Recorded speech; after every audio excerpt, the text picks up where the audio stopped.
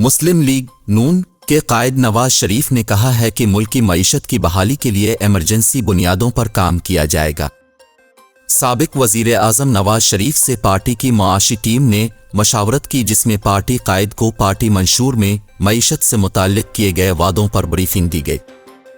ज़राए के मुताबिक मुआशी टीम से मशावरत में नवाज शरीफ ने IT सेक्टर की तरक्की में खुसूसी दिलचस्पी का इज़हार किया, जबकि इस दौरान मुआशी टीम ने बताया कि IT और टेलीकॉम सेक्टर से नौजवानों के लिए फौरी तौर पर लाखों नौकरियां पैदा की जा सकती हैं। नवाज शरीफ ने मुआशी टीम को मुख्तलिफ अहदाफ देकर मुकम्मल मनसूबाबंदी की हिदायत जारी कर दें। ज़राए के मुताबिक नवाज शरीफ ने कहा कि पाकिस्तान की मईशत की बहाली के लिए इमरजेंसी बुनियादों पर काम किया जाएगा।